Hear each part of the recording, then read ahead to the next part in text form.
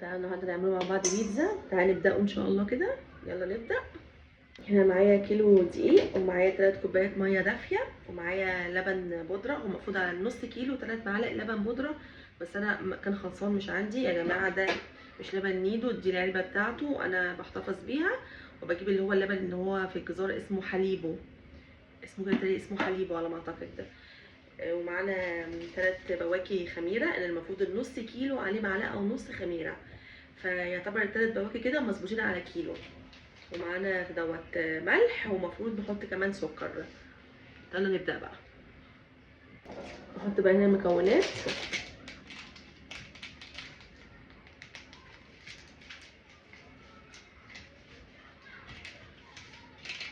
نفضي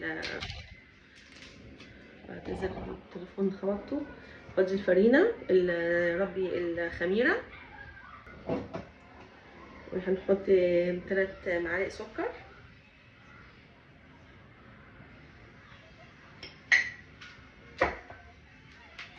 ملح، وهنحط اللبن البودرة كله.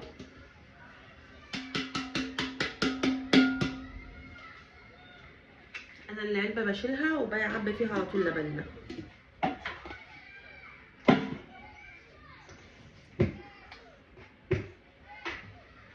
نبدأ بقى نقلب المكونات كلها الناشفة الأول مع بعض، والمية نبدأ ننزل فيها واحدة واحدة، مش هننزل بيها كلها.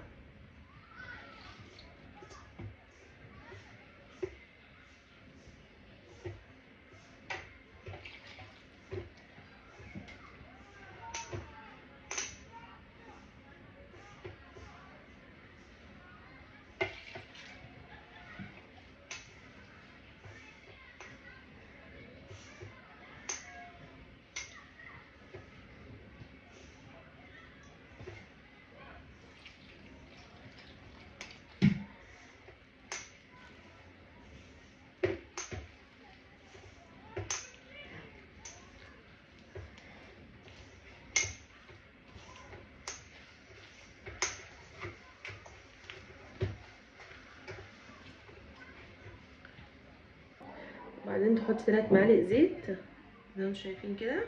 انا حطيت زيت زيتون.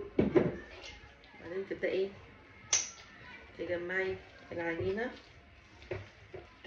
تمام، تلميها. انا عايزاها طرية عشان انا هعملها زي فوكاتشا كده، يعني هعملها رول. هتشوفوني وانا هعملها دلوقتي لما تخمر. زي ما انتم شايفين انا اهو جمعتها اهي، شايفينها اهي. هنزل اللي في ايديا ونغطيها. تعالى نعمل اول واحده هنا.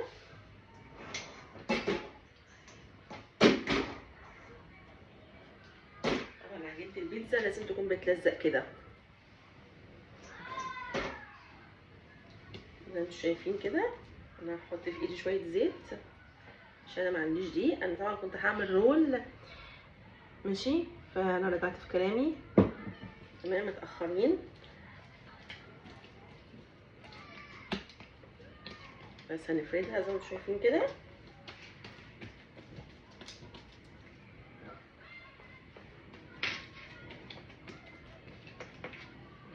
نفردها بده كمان اهو. كل الصوره تتفرد معاكي بده.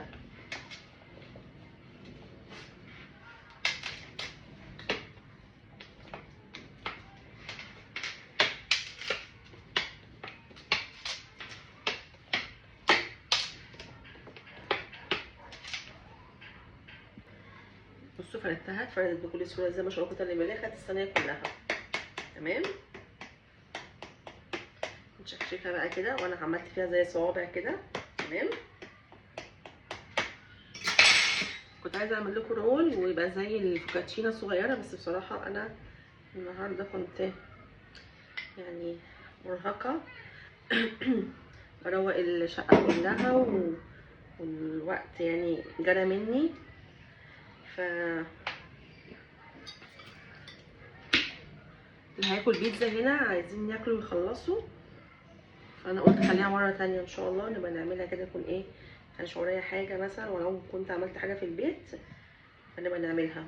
بصوا دي صلصه عاديه جدا، صلصه عاديه جدا اللي هي في الازايز دي اللي احنا بنجيبوها جاهزه من السوبر ماركت. تمام، نحطها كده ونحط رشه، عايز تحطي اللي هو الاورجان نحطي، مش عايز تحطي براحتك برضو. احط له رشه خفيفه كده، حاجه بسيطه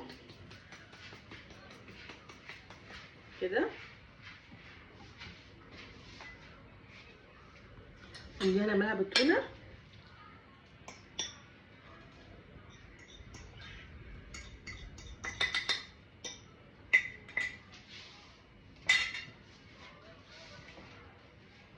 نوزع بقى التونه احنا كده.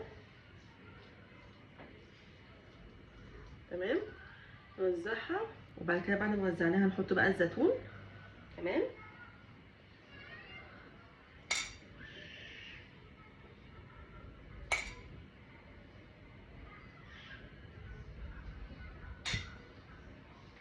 وده الفورماجو اللي انا جايباه من اورسبين اللي هو المبشور بتاع البيتزا. هي بيتزا مبشوره جميله جدا على فكره، شايفين؟ تحفه من اورسبين.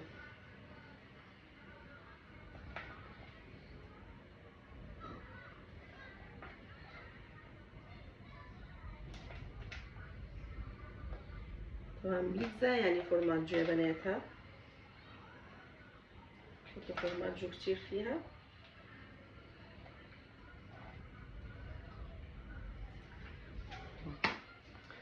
هقفل التانية وارجع لكم.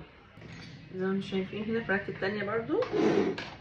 مش عايزه اوسخ كل الصواني بصراحه، النهارده مرهقه، مش عايزه اغسل مواعين يا بنات.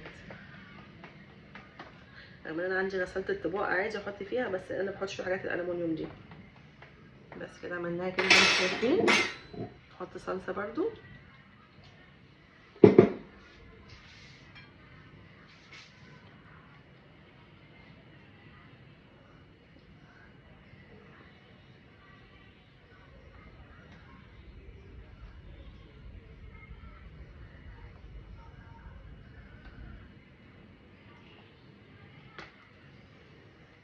عايزه برضو تحطي اوريجانو حطي، مش عايزه تحطي ما تحطيش.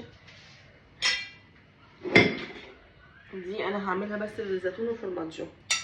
تمام،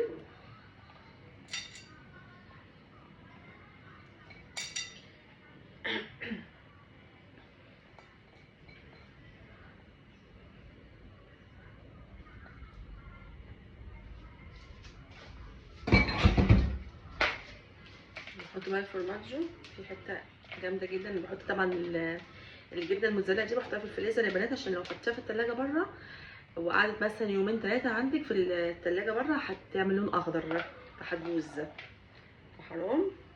وانا بحطهم في الفريزر عامه علشان ما تبص مني، يعني بطلعها بس لو انا هعمل مثلا مكرونه بشاميل، هعمل اي اكل هستخدمها بطلعها بتسيب بسرعه عامه يعني.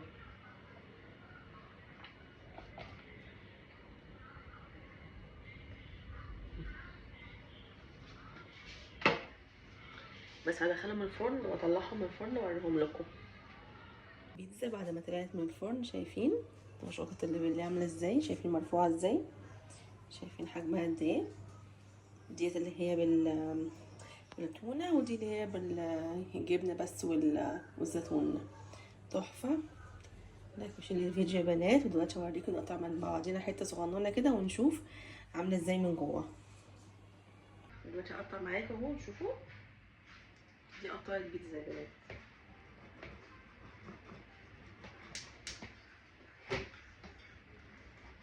القطعه دي عشان بردت، لكن دي لسه من الفرن سخنه جدا. انتوا شايفين عاليه قد ايه؟ هقطع واوريها لكم. شايفين؟ بصوا، شايفين؟ شايفين البيتزا؟ وبعدين شايفين هشه ازاي؟ هشه خالص اصلا يعني. دي ميزانه بارده جدا هنا في المطبخ معايا.